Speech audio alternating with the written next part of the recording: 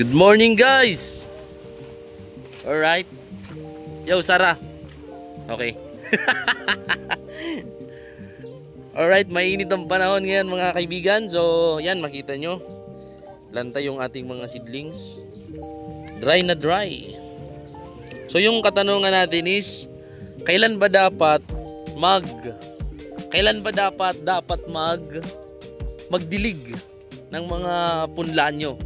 O Sarah, kailan ba dapat magdilig ng punla? Pagtuyo na. Alright, kung anong oras ba mga kaibigan? So, sa amin, sa experience namin dito sa seedlings, no? Hindi naman early morning, hindi naman late in the afternoon. So, mas maganda kung around mga 9 or 10, 11 or 12, mga ganyan, tanghali. So, sa ngayon po ay, anong oras na? You know, 10:30. No, 10:30 kami nagdidilig dito. So, wag po kayong mag-alala kung ito ay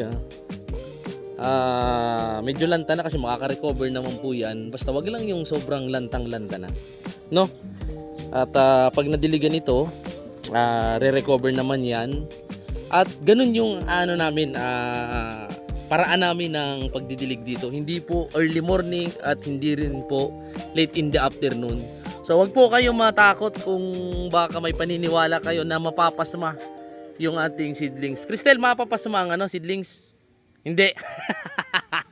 Alright. So yun lang, short video. Okay.